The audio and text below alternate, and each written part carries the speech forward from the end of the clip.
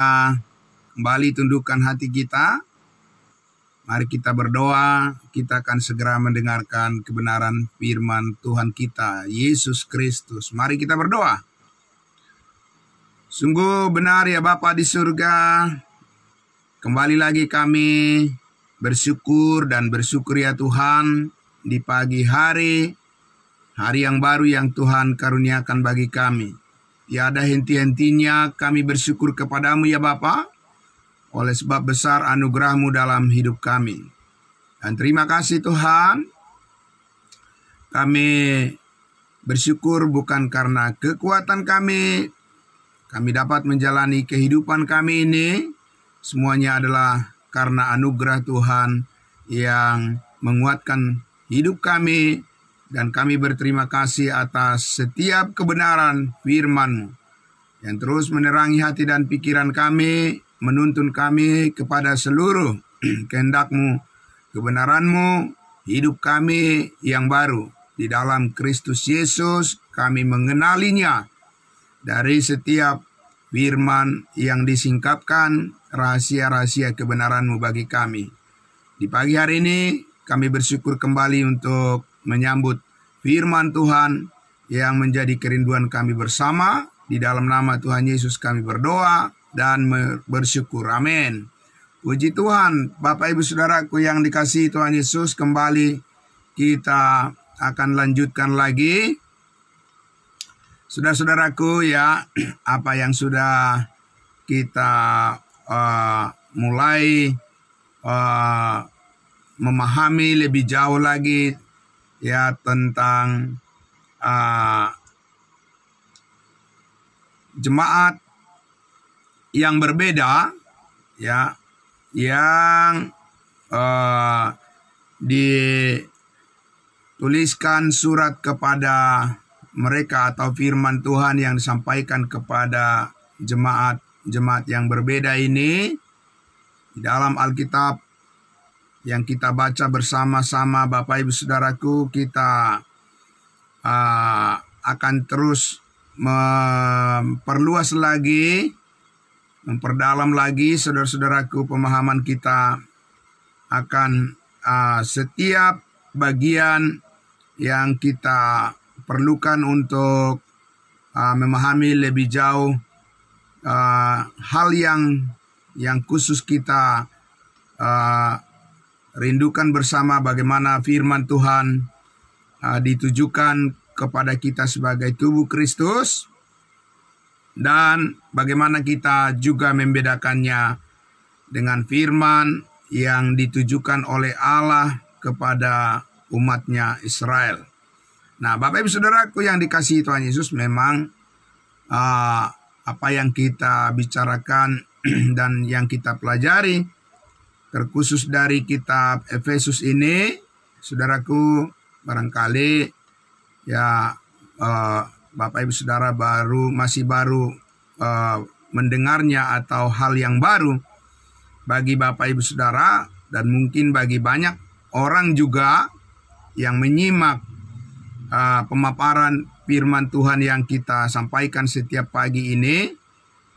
Namun Bapak Ibu Saudara, itulah yang Tuhan inginkan bagi kita, supaya kita semua sebagai anggota tubuh Kristus lebih mengenali siapa diri kita di dalam Yesus Kristus, dan bagaimana kita membangun hubungan dengan Tuhan kita Yesus Kristus sebagai kepala tubuhnya, dan kita adalah anggota-anggotanya, dan bagaimana kita dapat memuliakan Tuhan kita Yesus Kristus seperti yang Dia kehendaki. Dan untuk itu kita membutuhkan pengetahuan yang benar.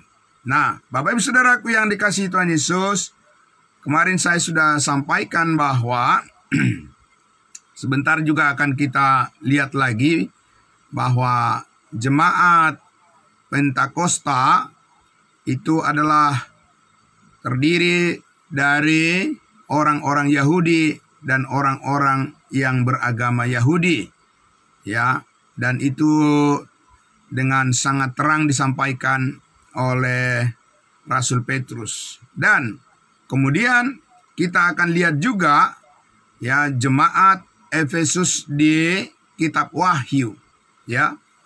Jemaat Efesus di kitab Wahyu adalah berbeda dengan jemaat Efesus yang dituliskan surat oleh Rasul Paulus, meskipun ya mereka itu di kota yang sama, di kota Efesus, tapi jemaat itu adalah jemaat yang berbeda. Jemaat Efesus yang dituliskan surat atau firman Wahyu oleh Rasul Yohanes, ya itu adalah jemaat Yahudi, ya jemaat orang-orang Yahudi atau yang beragama Yahudi. Mari kita lihat Bapak Ibu Saudara di Wahyu pasal 1, ya. Wahyu pasal 1, ya saya akan membaca sekali lagi, saudara-saudaraku ya. Ini sangat penting untuk kita pahami sebagai orang-orang percaya, sebagai orang-orang Kristen. Ya, kita harus memahami dengan baik ya bagaimana Rasul Yohanes memperoleh penglihatan ya tentang masa yang akan datang, ya mengenai orang-orang Yahudi yang percaya dan apa yang akan terjadi kepada mereka di masa yang akan datang. Ya dituliskan di dalam kitab Wahyu ini, ya. Nah, namun Bapak Ibu Saudara, kita akan membaca beberapa ayat saja dulu untuk bisa mengangkat bagian dari topik yang kita bahas pada pagi hari ini. Nah, saya akan membaca dari ayat 1. Inilah wahyu Yesus Kristus yang dikaruniakan Allah kepadanya, supaya ditunjukkannya kepada hamba-hambanya apa yang harus segera terjadi. Dan oleh malaikatnya yang diutusnya, ia telah menyatakannya kepada hambanya Yohanes. Jadi bukan kepada Rasul Paulus, Bapak Ibu Saudara. Yesus Kristus menyampaikan firman ini, melainkan kepada hambanya Rasul Yohanes. Nah, Bapak Ibu Saudaraku, dikatakan di ayat 2, Yohanes telah bersaksi tentang firman Allah dan tentang kesaksian yang diberikan oleh Yesus Kristus, yaitu segala sesuatu yang telah dilihatnya dalam penglihatan yang dikaruniakan oleh Yesus Kristus kepada Yohanes tentang hal-hal yang akan datang. Ya, bukan apa yang terjadi sekarang ini, Bapak Ibu Saudara. Kalau Rasul Paulus itu berbicara tentang hal-hal yang Tuhan ingin ketahui, apa yang terjadi pada saat ini, di mana kita sedang hidup, ya di zaman kasih karunia Allah. Kalau Rasul Yohanes diberikan penglihatan oleh Yesus Kristus tentang peristiwa-peristiwa yang akan terjadi di masa yang akan datang. Nah, saudaraku yang dikasihi Tuhan Yesus, mari kita lihat di ayatnya yang ke-9. Langsung kita lihat ayat 9. Aku Yohanes, saudara dan sekutumu dalam kesusahan, dalam kerajaan dan dalam ketekunan, menantikan Yesus berada di pulau yang bernama Patmos oleh karena firman Allah dan kesaksian yang diberikan oleh Yesus Kristus, ya. Nah, Bapak Ibu Saudara, kita lanjut lagi ayat 10. Pada hari Tuhan aku dikuasai oleh Roh dan aku mendengar dari belakangku suatu suara yang nyaring seperti bunyi sangkakala. Ayat 11. Katanya, apa yang engkau lihat, tuliskanlah di dalam sebuah kitab dan kirimkanlah kepada ketujuh jemaat ini. Jadi Tuhan Yesus meminta apa yang ada pada penglihatan ya oleh Yohanes yang belum menjadi kenyataan pada saat itu penglihatannya, tetapi adalah tentang hal-hal yang akan terjadi di masa yang akan datang. Ya, Tuhan Yesus meminta untuk dituliskan sebagai satu informasi, sebagai satu berita tentang apa yang akan terjadi di masa yang akan datang.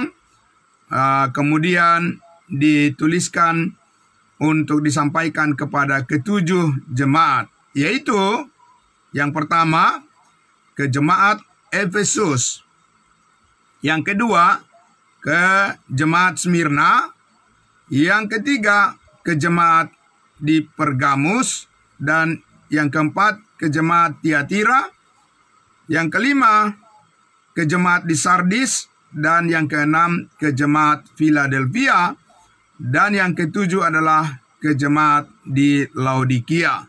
Jadi Bapak Ibu Saudaraku yang dikasihi Tuhan Yesus, kita sudah bisa melihat di sini ada 7 kesatuan jemaat yang menerima pesan dari Rasul Yohanes tentang penglihatan-penglihatannya yang akan terjadi di masa yang akan datang. Nah, Bapak Ibu Saudaraku yang dikasihi Tuhan Yesus, kita tentu harus lebih, kalau kita ingin lebih jauh mengetahui tentang isi daripada kitab Wahyu ini, tentu kita harus membaca secara lengkap. Tapi intinya adalah bahwa tentang kitab Wahyu ini adalah mengenai peristiwa yang akan terjadi di masa yang akan datang di bawah pemerintahan antikristus. Akan terjadi ya suatu masa di mana di dunia ini akan terjadi kekacauan, ya, di mana antikristus akan memerintah dengan ya sangat kejam ya terhadap semua manusia, memaksa mereka harus menyembah antikristus, ya, harus menyangkal iman mereka kepada Yesus Kristus yang sejati, menyangkal iman mereka kepada Mesias, dan orang-orang Yahudi, orang-orang Israel, Bapak Ibu Saudara, akan menjadi sasaran yang paling yang akan menjadi sasaran yang paling berat ya di dalam penganiayaan yang akan terjadi, yang dilakukan oleh antikristus. Kenapa orang-orang Yahudi yang menjadi sasaran dari penganiayaan yang paling berat oleh antikristus? Karena pada saat itu di masa yang akan datang, orang-orang Yahudi, orang-orang Israel adalah satu kelompok ya yang akan menolak penyembahan berhala, sebab mereka mempunyai hukum Taurat yang telah memerintahkan kepada mereka bahwa tidak boleh mereka menyembah Allah lain, ya, selain daripada Elohim, selain daripada Yahweh, ya, selain daripada Allahnya Abraham, Ishak, dan Yakub yang telah membebaskan nenek moyang mereka dari perbudakan di Mesir. Orang-orang Israel tidak akan mau menyembah patung berhala. Nah, saudaraku, itu yang menyebabkan orang-orang Israel atau orang-orang Yahudi di masa sengsara atau masa kekacauan, sengsara besar yang akan terjadi di masa yang akan datang, ya, di akhir zaman. Dan itulah yang diperlihatkan oleh Yesus Kristus kepada Rasul Yohanes.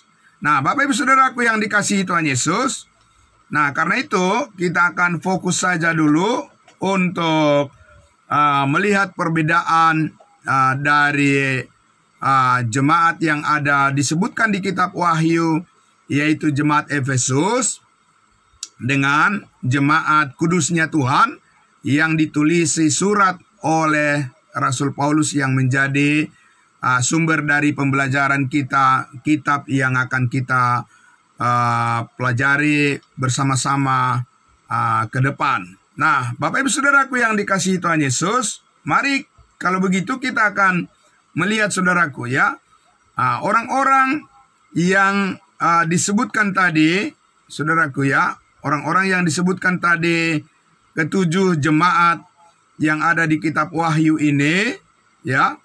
Mari kita lihat saudaraku, mereka ini adalah orang-orang percaya, orang-orang Yahudi yang percaya, yang tersebar ke berbagai kota-kota ya di Asia oleh karena penganiayaan yang terjadi pada masa hari Pentakosta dan juga terutama pada masa penganiayaan yang dilakukan oleh orang-orang Israel yang tidak percaya kepada Stefanus yang mereka rajam dengan batu sampai mati. Mari kita lihat saudaraku bukti Alkitabnya.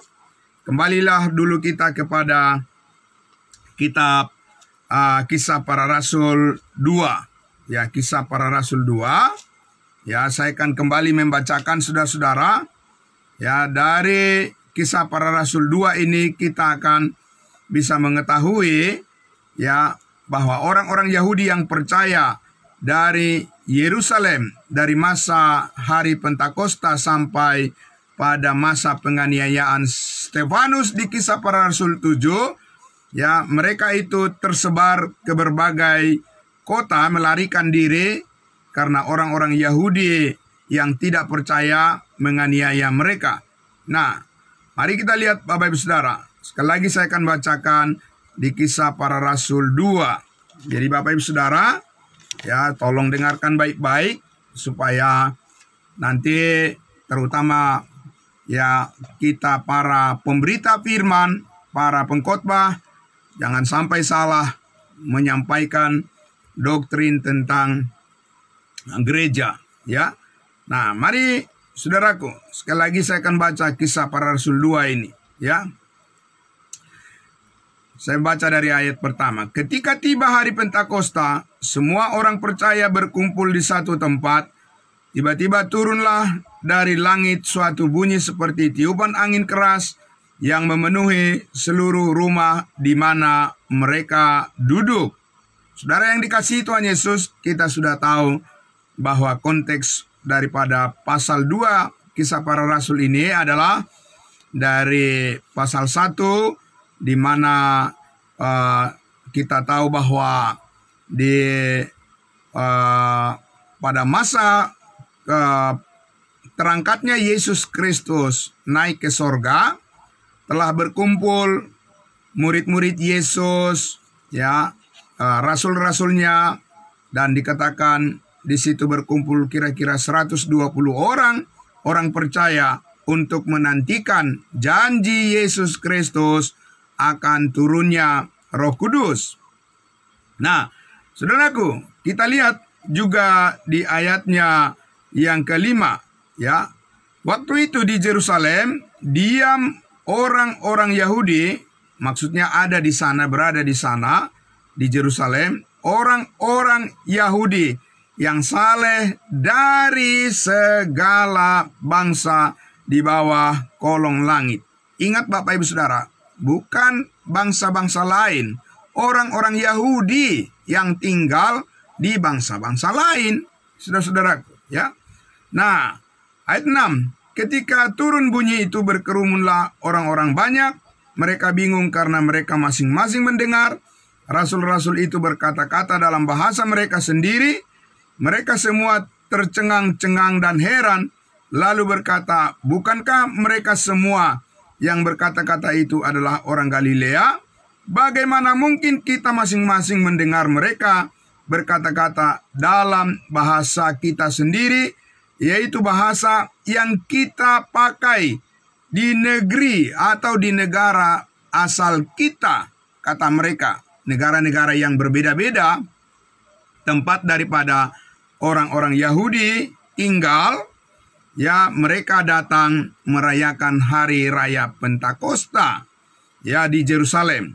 Dan itulah, pada saat itulah mereka, saudara-saudaraku, mendengarkan peristiwa turunnya Roh Kudus, dan orang-orang yang percaya yang berkumpul di situ di Yerusalem, mereka mengalami berbagai mujizat, dan salah satu yang mereka alami adalah mereka bisa berbahasa roh.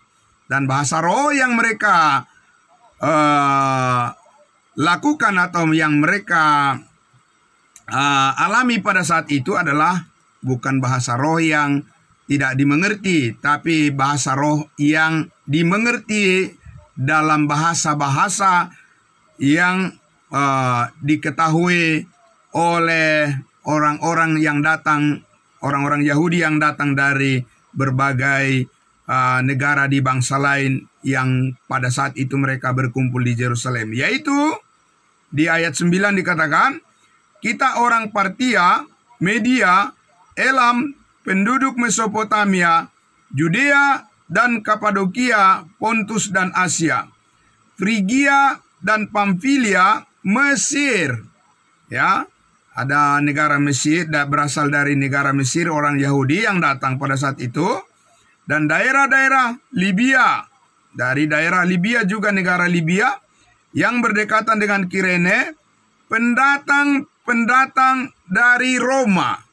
Jadi ingat Bapak Ibu Saudaraku, orang-orang Yahudi sudah tersebar di berbagai negara pada saat itu. Ada yang tinggal di kota Roma atau di negara Roma. Nah, ayat 11, baik orang-orang Yahudi maupun penganut agama Yahudi, orang Kreta dan orang Arab.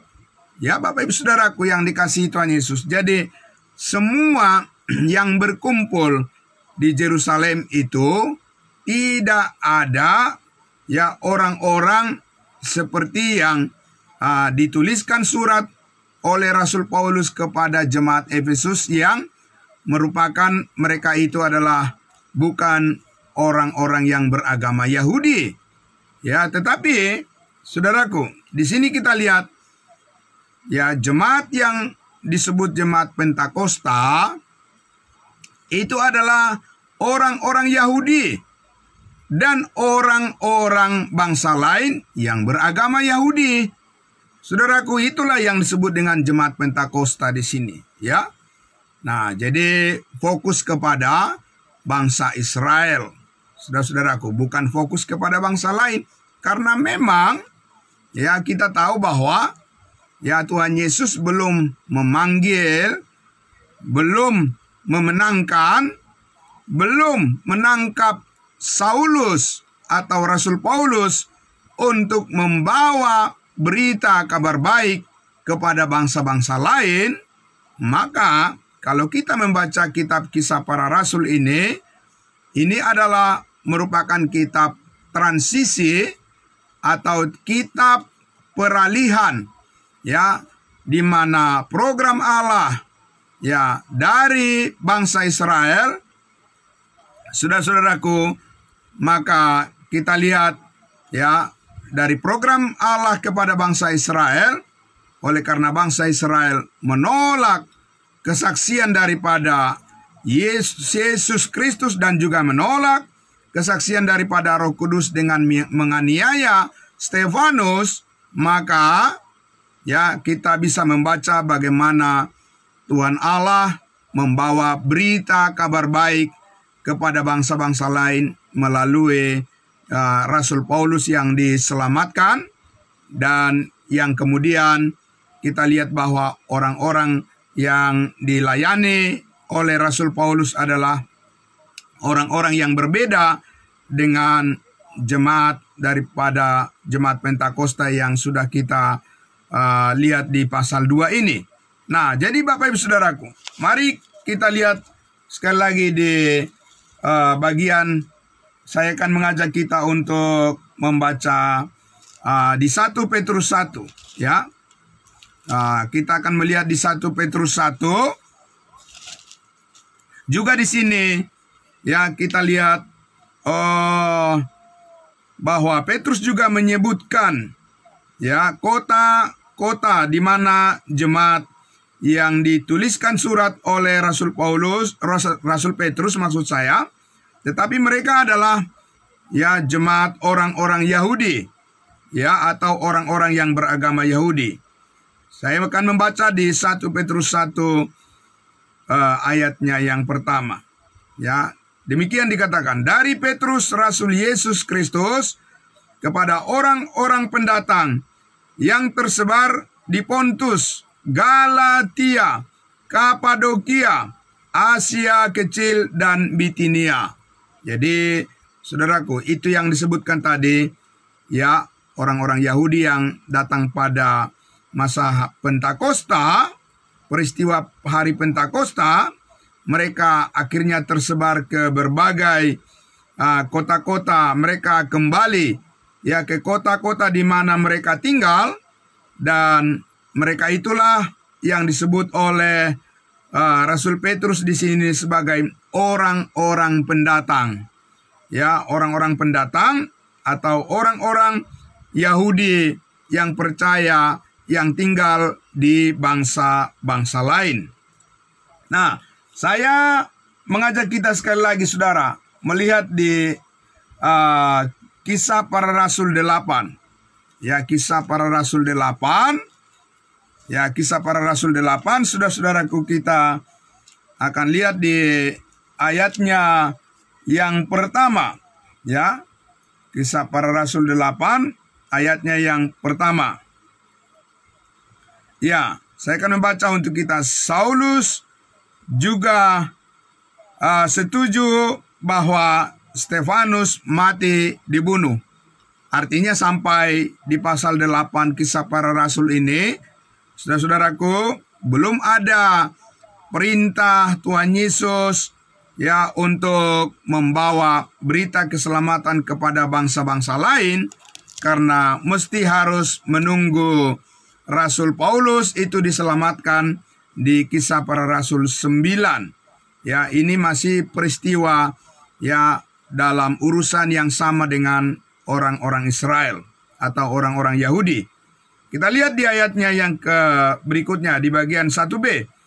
Pada waktu itu, pada waktu penganiayaan dan pembunuhan Stefanus, ya, pada waktu itu mulailah penganiayaan yang hebat terhadap jemaat di Yerusalem.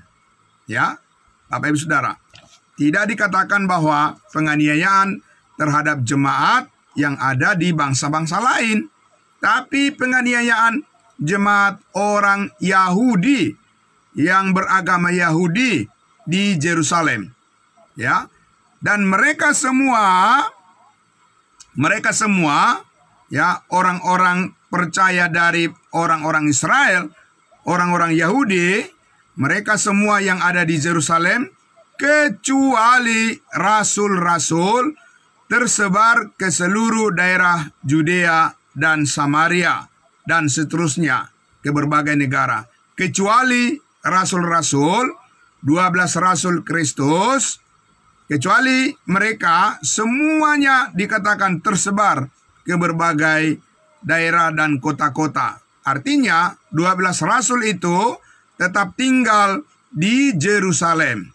Jadi saudara-saudaraku yang dikasihi Tuhan Yesus, bagaimana bisa dikatakan ya di zaman sekarang ini banyak yang mengatakan bahwa Petrus itu adalah pemimpin di jemaat Roma.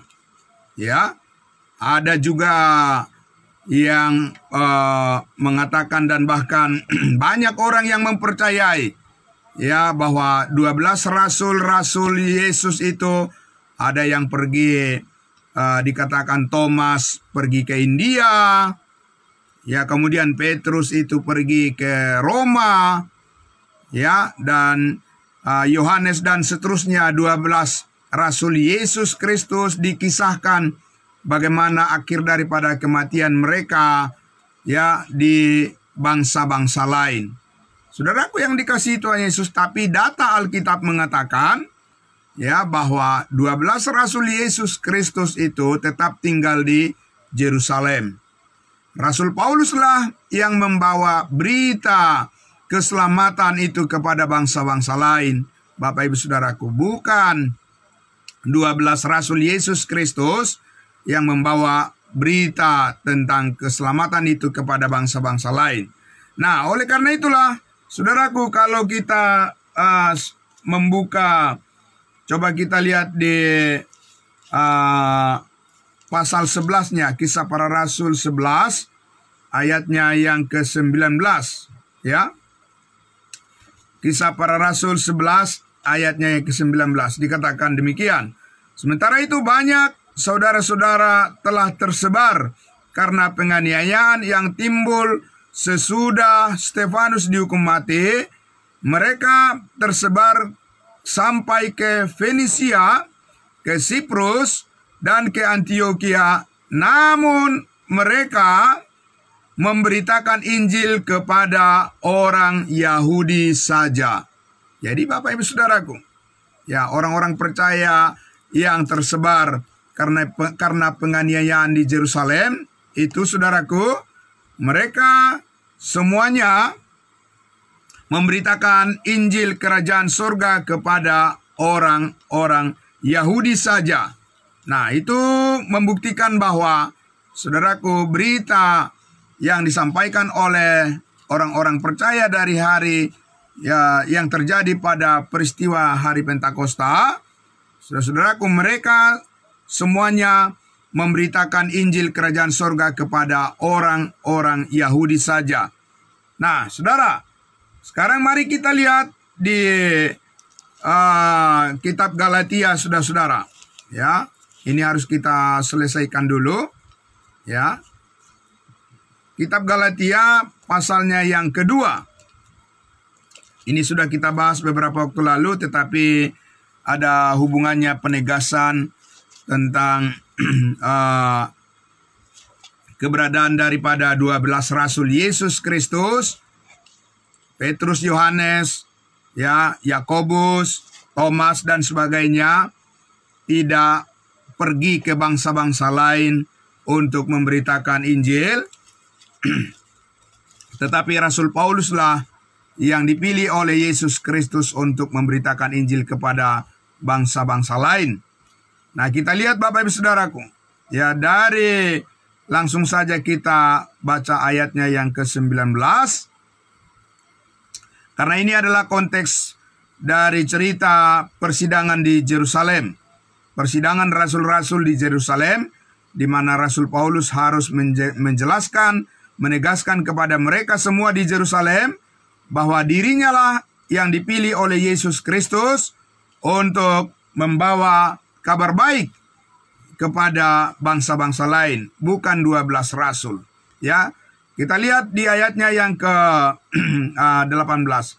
Lalu 3 tahun kemudian aku pergi ke Yerusalem untuk mengunjungi Kefas, dan aku menumpang 15 hari di rumahnya. Tetapi, iya Bapak Ibu Saudara, maksud saya adalah di pasal 2 ya.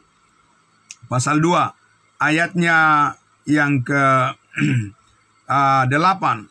Karena Yesus Kristus yang telah memberikan kekuatan kepada Petrus untuk menjadi rasul bagi orang-orang bersunat. Ya, orang Yahudi tentunya. Ya, Yesus juga yang telah memberikan kekuatan kepadaku, kepada Paulus, untuk orang-orang yang tidak bersunat, yaitu bangsa-bangsa lain, yaitu kita. Ya, ayat 9. Dan setelah melihat kasih karunia yang dianugerahkan kepadaku oleh maka Yakobus, Paulus, dan dengan Barnabas sebagai tanda persekutuan,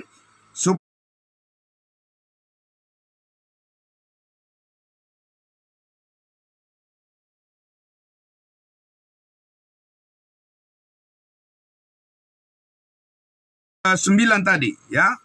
Sudah?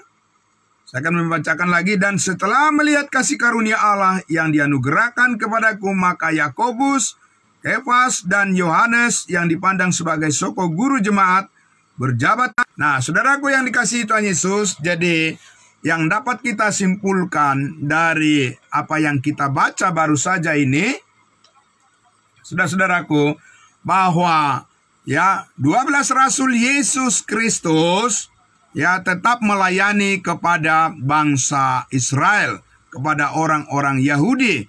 Nah, saudaraku, apa pentingnya ini kita ketahui bersama, saudara-saudaraku? Sangat penting, saudaraku, supaya kita dapat memahami bahwa apa yang terjadi, peristiwa yang dilihat oleh Rasul Yohanes, yang orang Yahudi atau orang-orang Israel di masa yang akan datang, bukan berkaitan berhubungan dengan kita sebagai tubuh Kristus.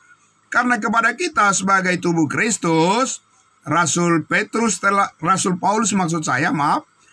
Paulus telah menyampaikan kepada kita melalui surat-suratnya, surat-surat Rasul Paulus, terkhusus yang ada di dalam 1 Tesalonika pasal 4 ayat 13 sampai 18 dikatakan bahwa sebelum peristiwa masa antikristus, kita sebagai jemaat tubuh Kristus dari bangsa-bangsa lain sudah terlebih dahulu mengalami pengangkatan di awan-awan untuk bertemu dengan Tuhan Yesus, untuk menghindarkan Kristus kepada bangsa-bangsa lain. Yaitu di kitab Efesus, kita benar-benar mendapatkan satu perlakuan yang khusus dari Tuhan Yesus. Sebagai anggota-anggota tubuh Kristus harus memahami tentang bagaimana yang harus kita ikuti sebagai orang-orang kudusnya Tuhan di zaman kasih karunia saat ini. Amin. Nah, itulah gunanya Bapak Ibu Saudaraku, kita belajar untuk membagi firman dengan tepat, supaya kita tidak mencampur adukan semuanya, hal-hal yang dibedakan oleh Allah di dalam Alkitab itu, firman Tuhan itu, antara program Allah untuk bangsa Israel dengan program Allah kepada kita bangsa-bangsa lain, itu harus kita bedakan dengan benar dan tepat. Amin. Supaya pelayanan kita, pelayanan yang berkenan kepada Tuhan, dan kita menerima mahkota kemuliaan pada saat kita bertemu dan menghadap tahta pengadilan Kristus pada hari yang akan datang. Saudara-saudara, kita akan mendapatkan apa yang disebutkan oleh Rasul Paulus di dalam 1 Korintus pasal 3 sebagai emas, perak, dan batu permata. Puji Tuhan Bapak Ibu Saudara. Selamat pagi untuk kita semuanya. Terima kasih atas kebersamaan kita di pagi hari ini. Kita akan lanjut lagi besok pagi. Untuk itu mari kita berdoa. Bapa di dalam surga, terima kasih, kami sangat bersyukur di pagi hari ini atas kebaikan kemurahan hati Tuhan yang memberikan kami kekuatan baru untuk bersama-sama untuk mendengarkan lebih luas lagi tentang keunikan daripada panggilan pelayanan kami, panggilan yang sorgawi.